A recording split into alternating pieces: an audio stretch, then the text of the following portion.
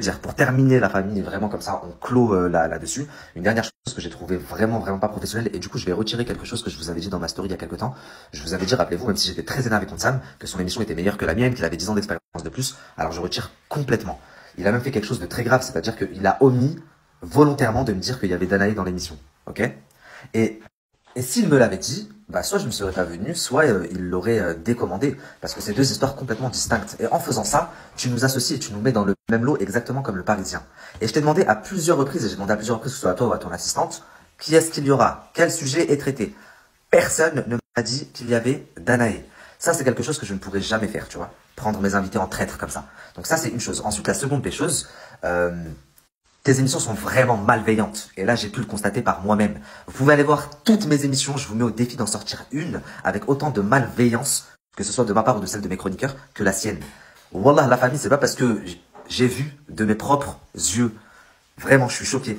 Ilan, qui est venu dans mon plateau 2 jours après avoir dit publiquement sur TPMP que j'étais un malade, un fan, je sais pas quoi, je sais pas quoi. Vous savez ce que j'ai fait? Et j'ai les messages dans le groupe, là, ce que je vais vous dire, je peux vous le prouver, parce que j'ai un groupe, la bande d'Anna Netflix. Le mec, il m'a envoyé quelqu'un. Bon, ça s'est retourné contre lui, mais il m'a envoyé quelqu'un quand on s'est embrouillé. Quelqu'un qui sortait de prison, machin et tout. À mon adresse, à mon domicile, en lui donnant mon numéro. On s'est retrouvé à TPMP, j'ai donné ma version, le lendemain, il est venu, il a essayé de me faire passer pour un gros mytho. Et pourtant, 2 jours après, il est venu faire mon plateau. Autant vous dire que j'avais une haine contre lui. Et vous savez ce que j'ai fait? Bah, il y avait 4 chroniqueurs. Les 4 chroniqueurs voulaient le démonter. Maïssa, elle m'a dit, moi, par rapport à ce qu'il a fait, une mineure, les meufs, machin, la patati, faut que je le remette à sa place. L'autre, elle m'a dit, moi aussi. Eh ben, il y a 2 chroniqueurs. Je leur ai dit non. Même si ça, vous trouvez que machin, vous allez pas l'accabler. Au contraire, essayez de nous trouver des arguments. Parce qu'il faut qu'il y ait des pour, contre. Et il faut surtout représenter tous les avis. Les gens qui regardent l'émission, ils peuvent pas être tous contre. C'est pas possible. Donc, il faut que tous soient représentés. Donc, même si à ce moment-là, je sais plus, je crois que c'était Rebecca. Ouais, Diva Rebecca et un autre chroniqueur, bah, ils voulaient être contre Ilan. Je leur ai demandé de ne pas le faire et d'essayer de lui trouver des arguments. Et c'est ce qu'ils ont fait.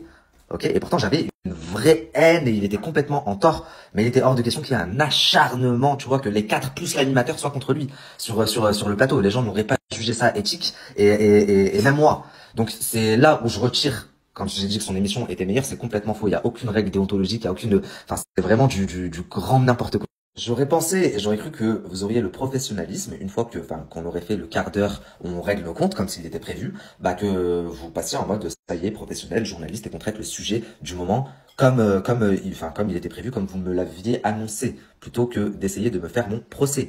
Car ne vous inquiétez pas, un procès, il va y en avoir un. Je vous inviterai carrément à ce moment-là, comme je l'ai dit, je pense même que ça passera sûrement dans mon documentaire.